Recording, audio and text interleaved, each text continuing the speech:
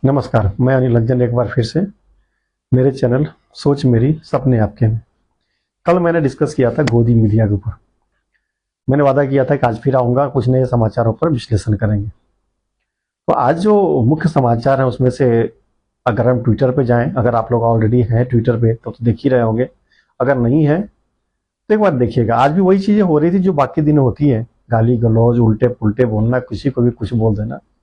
एक चीज़ और मैंने रिसर्च किया कि आखिर ये जैसे आम आदमी पार्टी की सरकार है वो गिर गई, कांग्रेस की सरकार अभी नहीं है, तो इनके इतने सारे जो कार्यकर्ता वहां पर इनकलाब जिंदाबाद और कुछ भी गालियां बकते हैं, कुछ भी करते हैं, ये इनको पैसे कहाँ से आते हैं?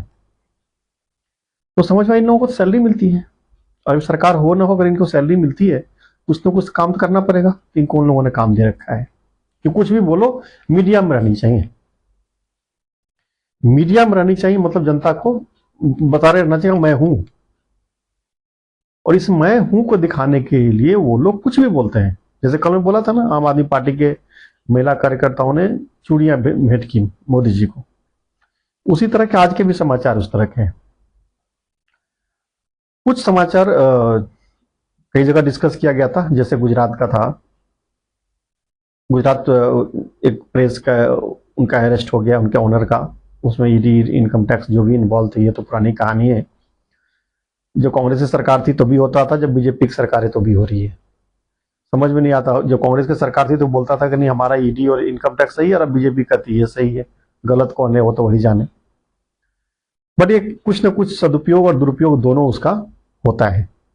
ये लगभग जनता सबको पता है, हम लोग तो उस लेवल पे नहीं है, बट इतना पता है सबको कि इसका दुरुपयोग होता है।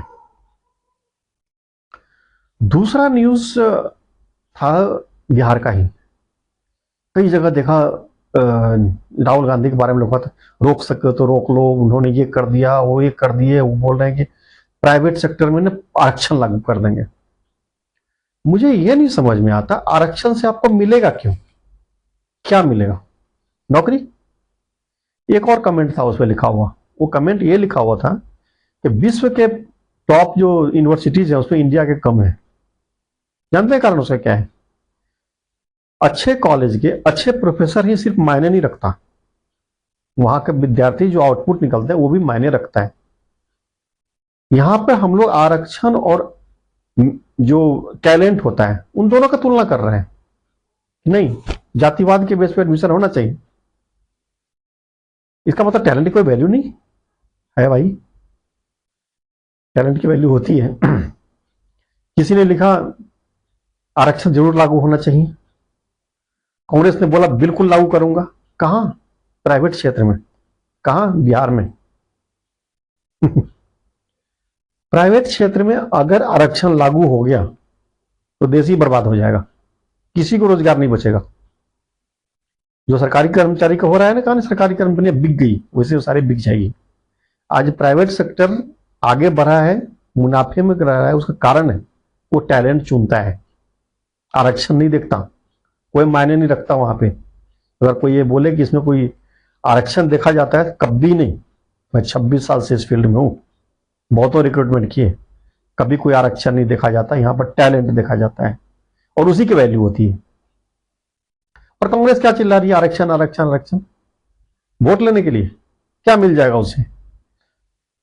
बिहार में 80 इंजीनियरिंग कॉलेज हैं, 80, और सब पास करके कहां जाएंगे? या तो वहां प्रोफेसर नहीं होंगे पढ़ाने वाले, या पास करके कहां जाएंगे वो? बाहर से, बिहार से बाहर ना। आप बेंगलोर की तरह से वहां पे हब क्यों नहीं बना सकते आईटी का या बाकी फैक्ट्रियों का? इस बात पे आप बातें क्यों नहीं करते? लेकिन इसके जिम्मेवार पॉलिटिकल पार्टियां नहीं है, हम और आप जनता हैं। कभी हिम्मत हुई किसी की कि आवाज उठाए कि मैं जो मुद्दा चुनूंगा उस पर चुनाव होगा? खींच के मारो तब पर, जब वो अपनी मुद्दा थोपे आप पे। तो मैं ओबीसी से आता हूं, पर मुझे आरक्षण से सख्त नफरत है, क्योंकि मैं देखा हूं आरक्षण से जो आते हैं उनको कुछ नहीं आता। कई मिले मुझे, 26 साल का एक्सपीरियंस है, मैं बकवास नहीं कर रहा। ये वोट के लिए सिर्फ आते हैं, अब आप जीत जाने के बाद तो कहानी सबकी वही हो जाती है। तो जो बाकी, चाहे रवीश कुमार हो या कोई भी हो, जो नेताओं को गाली देते हैं वो बेकार है। असली जिम्मेवार तो हम लोग हैं जो वोट देने जाते हैं। आप लोग किस चीज पे वोट देने जाते हैं? इनकलाब जिंदाबाद बोल दिया, चलो भैया धर्म के नाम पे, इसके नाम पे, उसके नाम, फिर तो वही ढूंढो ना, वही ढूंढ लो। अच्छी बात है, थोड़ा धर्म धार्मिक कार्य होना चाहिए। हिंदू राष्ट्र नहीं है दुनिया में, एक यही है, बिल्कुल उस बात होनी चाहिए, जिसमें कोई शक नहीं। लेकिन आरक्षण नहीं। आरक्षण एक जहर है, मैं वापस कह रहा हूं, एक जहर है। टैलेंट गायब हो जाता है। आप एक सोचिए, एक मेडिकल स्टूडेंट जो कि 50 नंबर पा करके डॉक्टर बनेगा, जो 100 नंबर मिलकर के डॉक्टर बनेगा, कोई अंतर नहीं होगा? मतलब सब बराबर हो गया। अगर ऐसा ही है ना, जितने भी आरक्षण वाले विद्यार्थी हैं ना, उनके सर्टिफिकेट पर लिखवा दीजिए कि बाय आरक्षण कोटा। जब वो पास करके डॉक्टर बने तो उनके केबिन के बाहर भी जो बोर्ड लगाते हैं वहां पर लिखवाइएगा। आप लिखवा कर देखिए ना, जिनका बेटा है ना वो डॉक्टर बना है, वो भी उससे इलाज नहीं कराएगा, नहीं कराएगा, वो दूसरे के पास इलाज कराने जाएगा। और जितने जो नेता पेता बोलते हैं ना, कोई उसके पास इलाज कराने नहीं जाएगा। मैं ये नहीं कह रहा कि आरक्षण वाले सारे विद्यार्थी बेकार होते हैं। मैं ये कह रहा हूं कि जो कि सिर्फ आरक्षण के बेस पे जाते हैं, सबसे कम नंबर पाने वाले भी डॉक्टर बनते हैं, वो गलत है। इंजीनियरिंग फील्ड में जाना गलत है, वो देश के विकास को रोकेगा। आरक्षण देना है दीजिए ना, सेना में दीजिए ना, क्या दिक्कत है? वहां बॉडी की जरूरत है, टैलेंट की जरूरत नहीं है उतनी। नीचे लेवल, ऊपर लेवल पर तो है। आरक्षण गलत है, चाहे वो पुरुष के लिए हो या महिला के लिए हो। दूसरी चीज की और भी मैं देख रहा हूं, बड़े सुन रहा हूं, जय भीम जय भीम। क्या है भाई? बाबा भीमराव अम्बेडकर बहुत बड़े आदमी थे, ठीक थे, बहुत बड़ा काम किया, कोई शक नहीं। इसमें चिल्लाने की क्या बात है कि वो हमारे थे, मतलब आपके कास्ट से, मतलब समझ में नहीं आया। कास्ट से क्या लेना देना टैलेंट का? कोई लेना देना नहीं भाई। और किसी कह देने से जय भीम ये हमारे हैं तो क्या हो जाएगा उससे? ये तो नेता लोगों का वोट लेने का तरीका है।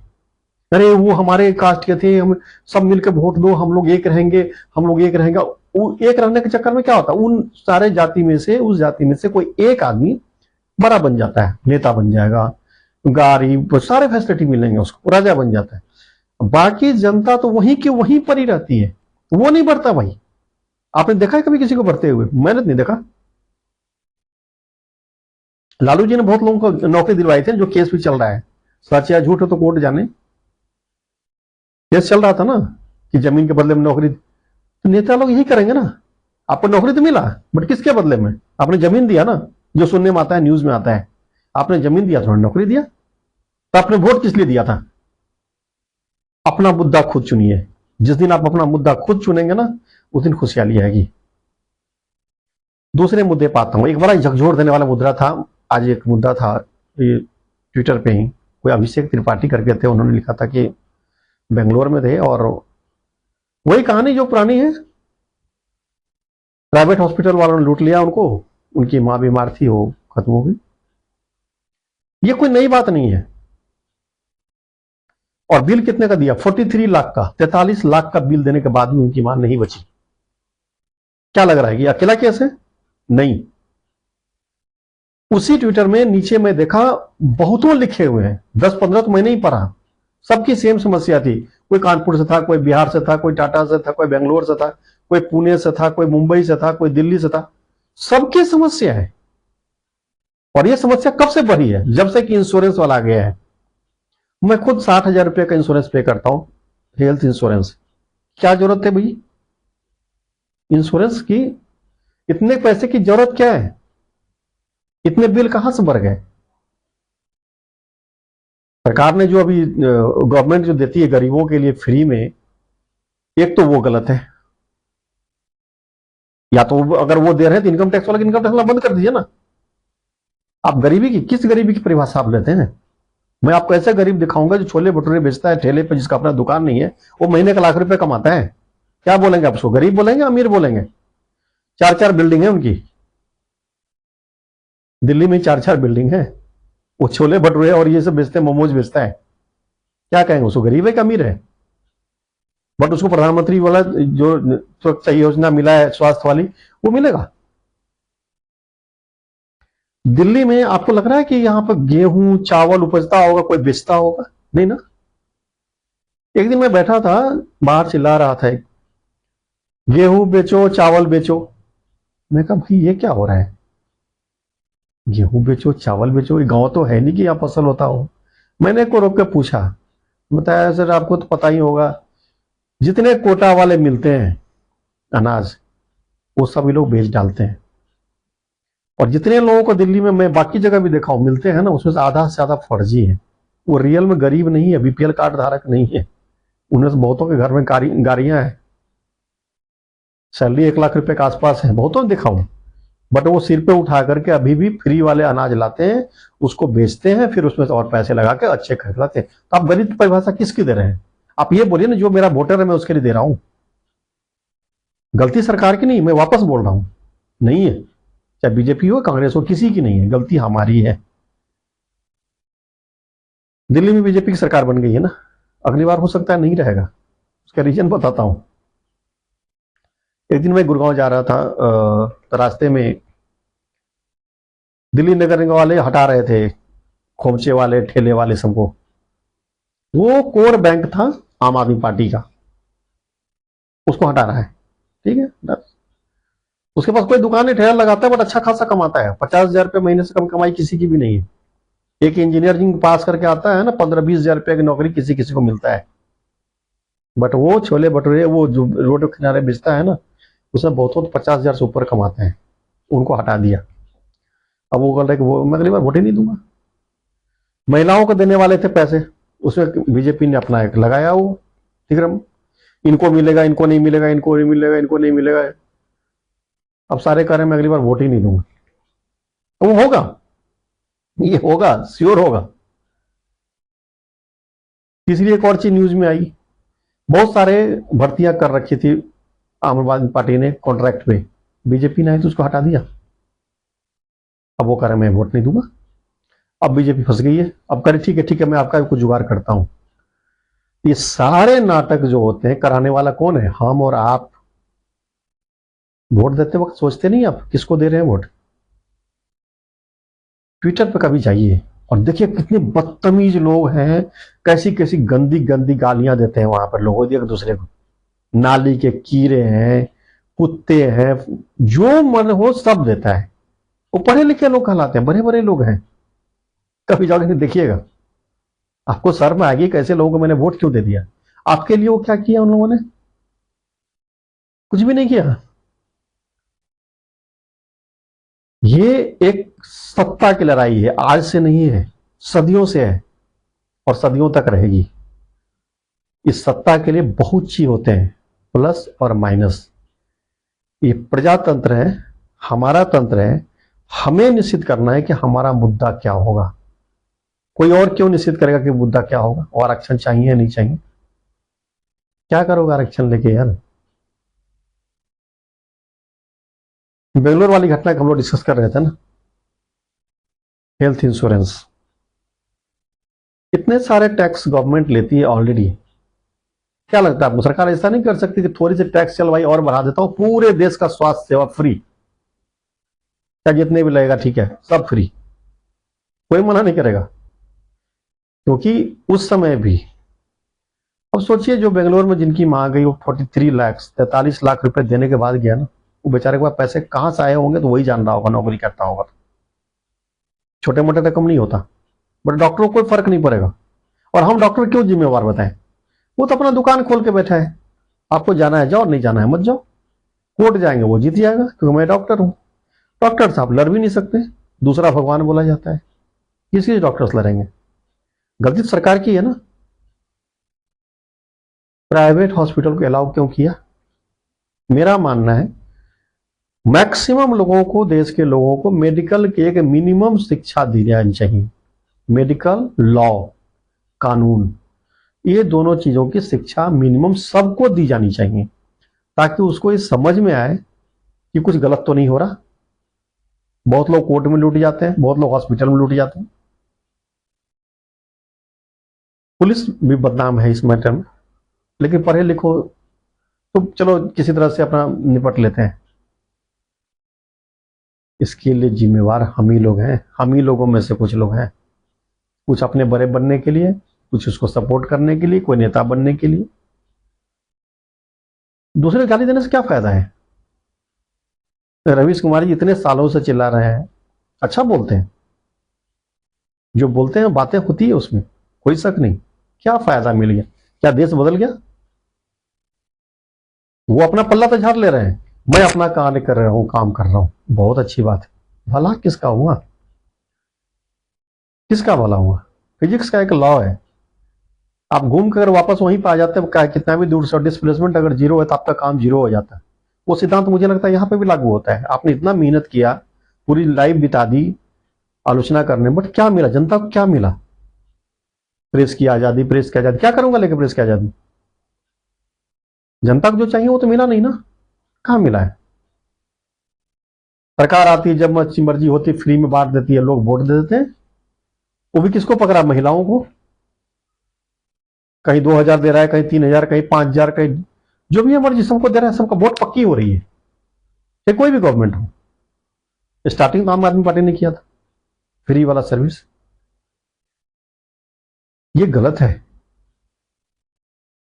और इसे हम ही लोगों को बदलना पड़ेगा। बाकी तो देखिए, जो मीडिया तीसरा स्तंभ जरूर कहा जाता है, वो अपने आप में कुछ नहीं कर सकती भाई। जैसे रवीश कुमार है वैसे 10 और आ जाए, सरकार बदलेगी ना, ये सारे जो मीडिया जिसको गोदी मीडिया बोलते हैं ना, वो सारे उस सरकार के पक्ष में हो जाएंगे और उसकी बड़ाई करने लगेंगे, उसी के बारे में वो बोलेंगे। जनता के बारे में कोई नहीं बोलता भाई, कोई नहीं, कहीं नहीं। ये हमें सोचनी पड़ेगी। बिहार का ही लेते हैं, 80 इंजीनियरिंग कॉलेज हैं, सब पास अगर होते होंगे कहाँ जाएंगे नौकरी के लिए? बेंगलोर, पुणे, दिल्ली, हैदराबाद। क्यों भाई? वहां पर ये नारा क्यों नहीं देता भाई सारे नेता? यहीं पर हम कंपनी खुलवाएंगे, ये लो मैं कंपनी बुलवा दिया, इसको मैं सुरक्षा दे रहा हूं, ये यहीं पर जॉब देगा, सारे लोग यही जॉब करेंगे। आप ये सोचिए, जो वहां से निकला हुआ इंजीनियर, चाहे मैं हूं कोई, वो बाहर जाता है, वहीं घर खरीदता है, तो वो एक दो पैसे का नहीं, 50 लाख 1 करोड़ हर तरह जिसको जैसी औकात है खरीदता। वो पैसा तो बिहार में रहता है ना। हम लोग बिहार में रहते, घर के पास, फैमिली के साथ, आपके साथ भी, किसी को कोई लेना देना नहीं है। जनता बेवकूफ थी और आज भी है। आप किस पे ब्लेम करेंगे? बेवकूफों वाली सारे नारे होते हैं इनके, कोई भी नेता उठा लीजिए, यूपी में देख लीजिए। वैसे मैं योगी जी का एक बात मानता हूं, मैं उसका फैन हूं, सीधी सी बात है। कानून व्यवस्था में जो उन्होंने काम किया ना, वो देखने लायक है भाई, वो तो देखने लायक है, इसमें कोई शक नहीं। और यहां तक उद्योग में भी आप देखिए भी कितने सारे उद्योग खुले हैं, चाहे नोएडा हो, गाजियाबाद हो, लखनऊ तक आ गए, बहुत जगह है। बिहार में क्या है, क्यों नहीं आया? हाँ बाहर आती है, फिर आएगी ना, भी तो कुछ दिन बाद बाहर आ जाएगी, फिर शुरू होगा। 6,000 करोड़ की सैलरी जाती है गवर्नमेंट एम्प्लॉय को, सारे को बिहार में। वो गवर्नमेंट एम्प्लॉय घूस लेने में ही उसमें बहुतों की जिंदगी कट जाती है, और सब करोड़पति हैं, उसमें बहुतों मिलते हैं मुझे, जो छोटे छोटे पोजीशन में, बट करोड़ों के पैसे, कोई दिक्कत नहीं है। मतलब बिना घूस का कोई काम हो ही नहीं सकता ना वहां पे। इसके जिम्मेवार कौन है? हम। इसीलिए कोई भी मीडिया चैनल हो, अगर ये बोलता है कि ये गलत है, वो गलत है, वो तो हमें बरगला रहा है, वो तो अपना उसका पैसा बन रहा है। यूट्यूब पर तो आपको ही पता है, जितने ज्यादा सब्सक्रिप्शन बढ़ेंगे उतने पैसे आएंगे, वो अपना पैसा बना रहा है। हमें और आपको क्या मिला? सुधरना हमें और आपको है। एक और न्यूज आज बड़ा झकझोरने वाली थी, कई बार से मैं पिछले 2 महीने से मैं इसको पब्लिश कर रहा हूं यूट्यूब पे कंटिन्यूअस। कानपुर का न्यूज था शायद, या कहीं और का था, मुझे जगह नाम नहीं याद आ रहा। 50 साल की महिला ने अपने पति को 6 हिस्सों में काट कर फेंक दिया। ये न्यूज हर महीने 3 से 4 आ रही है जब से ड्रम कांड हुआ है। कहां गया भाई भारतीय कल्चर, पति परमेश्वर होता है, खत्म हो गए सारे। ये तो मैं शुरू से कहता हूं खत्म हो गए, वहां पर कोई वैल्यू नहीं है उसका। वो एक आर्थिक है, वो इसलिए मानती थी क्योंकि उस पर डिपेंडेंट थी। अब वो आजाद हो रही, और उनकी एक बड़ा अजीब कहानी है, अगर उनका अपना शौक पूरा नहीं हुआ तो दूसरे को तो खत्म ही कर देगा। वो हम लोगों वाली कहानी नहीं है। उनके सपने बड़े, बहुत बड़े होते हैं, उनको हर चीज चाहिए। आपने कई सारे न्यूज सुना होगा, हस्बैंड ने पढ़ाया लिखाया, अच्छी नौकरी मिली, छोड़ के भाग गई। लेकिन अब तो हद हो गई है। मैं ट्विटर पर पिछले 2 महीने में नहीं भी कुछ तो 6 पोस्ट डाला हूं पिक्चर के साथ, न्यूज़पेपर के साथ। मैं ऐसा नहीं कि प्रोपेगेंडा फैला रहा हूं, जो न्यूज में छपते हैं, चाहे टाइम्स ऑफ इंडिया हो, चाहे हिंदुस्तान टाइम्स हो, जहां भी छपते हैं, मैं वही न्यूज का आर्टिकल वहां पर कॉपी पेस्ट करता हूं। लोग देखते हैं, व्यू दिखाता है, लेकिन कोई फर्क नहीं पड़ता, क्योंकि पूरे हिंदुस्तान का पति चुप है। मी टू कैंपेन क्यों चला था? क्योंकि उनके सपनों पर आघात हो रहा था ना। हम लोग चला सकते हैं क्या? क्योंकि हम आज भी सामाजिक हैं, हम नहीं चला सकते। लेकिन अब वफा भी नहीं मान सकते कि आपकी पत्नी आपके वफादार है, आज आप सोए तो कल जिंदा ही निकलेंगे। कुछ नहीं कर सकते, वो जमाना चला गया, अब नहीं है। अब उनके सपने प्यारे। एक कहावत थी, चाणक्य की नीति में पढ़ा था, अगर नरक देखना हो बिना नौकरी का शादी कर लो।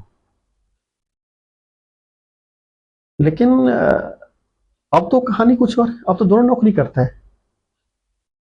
एक और समस्या पैदा होते जा रही है, अब जितनी भी लड़कियां नौकरी करती है वो नौकरी वाला ही ढूंढती है। बहुत बढ़िया, नौकरी वाला लड़का नौकरी वाली लड़की से शादी हो गई। जो लड़के को नौकरी नहीं मिली वो क्या करेगा? लड़के की नौकरी किसने खाया? लड़की ने। मैं ये नहीं कह रहा गलत है, सब बराबर है, बट फिर भी एक सामाजिक न्याय की दृष्टि से अगर देखें, अगर वो लड़की नहीं लेती, उसका हस्बैंड अगर नौकरी करता तो उससे घर चल सकता था उसका। लेकिन वो तो ले गया, दोनों कमाने लगा, ठीक है।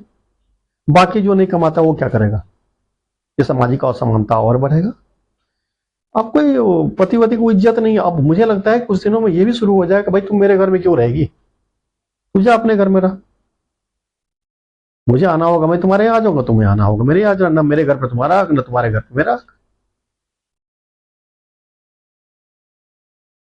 चलिए, आज इतना ही। कल मैं फिर आऊंगा एक नए न्यूज के साथ उसका विश्लेषण करने के लिए। बट इतना ध्यान रखिए, हम लोग या मीडिया वाले कोई भी नेताओं को जो हम लोग बोलते हैं, गालियां देते हैं, वो गलत है। गलत हम लोग हैं। हम लोग वोट गलत आदमी को दे के आ जाते हैं। अपने काम से वोट दीजिए, मुद्दा आप खुद सेलेक्ट कीजिए, अपने आप सब सुधरने लगेगा। अरे हाँ, एक मुद्दा तो भूल ही गया, जो लड़ाई चल रही है कि मोदी जी ने वो रुकवा दिया, युद्ध रुकवा दिया, फला। ये पता है क्या लड़ाई है? ये लड़ाई इस बात की है कि लड़ाई तो होगी पाकिस्तान से। अब हो सकता है बीजेपी चुनाव में जब जाएगी तो बोलेगी देखो मैंने लड़ाई करके जितवा दिया। इसके कारण से बाकी दलों को लग रहा है बीजेपी को ज्यादा वोट मिलेगा, और इस मुद्दे को भटकाने के लिए सब अपने अपने भाषण दे रहे हैं। कोई साउथ का कोई था, बोल रहा था मुझे सबूत दिखाओ कहां अटैक हुआ। सेना उसको सबूत देने जाएगी? क्यों देगी भाई सबूत? लेकिन ये उस कारण से नहीं हो रहा है, ये पॉलिटिकल कारण है, सत्ता का कारण, जिसमें हम लोग उलझ रहे हैं। हम लोग उलझने की जरूरत नहीं है। उसका उलझने का कारण ये, उनको लग रहा है कि बीजेपी ये तो सारा सारा पूरी जनता उनके पक्ष में चली जाएगी और सारा वोट उनको दे आएगी, और जनता ऐसा करती भी है। मैं ये नहीं कह रहा कि कोई मोदी जी खराब, बहुत अच्छे शासन करते हैं, उसका रीजन है। कोई भी बनेगा, जिसका बेटा होगा, दामाद होगा, फलना है, ढिमाका है, वो कुछ सोचेगा। बट चाहे मोदी जी हो, योगी, उनका तो कोई है ही नहीं। इसलिए इतना विश्वास रखिए कि वो जो भी कर रहे होंगे, ये अलग बात है कि वो अपने टैलेंट की वजह से जो द बेस्ट जो भी होगा वो कर रहे होंगे। उनमें कोई डायनेस्टी नहीं है, कोई ये नहीं कि मेरा बेटा ये बनेगा वो ये बनेगा। बट फिर भी अगर ये प्रजातंत्र है, हमारे वोट से सरकार बनती बिगड़ती है, तो मुद्दा हमें चुनना चाहिए। इस बार बिहार का मुद्दा आप चुनिए, अगले डिस्कशन में इसमें बातें करेंगे। नमस्कार, धन्यवाद।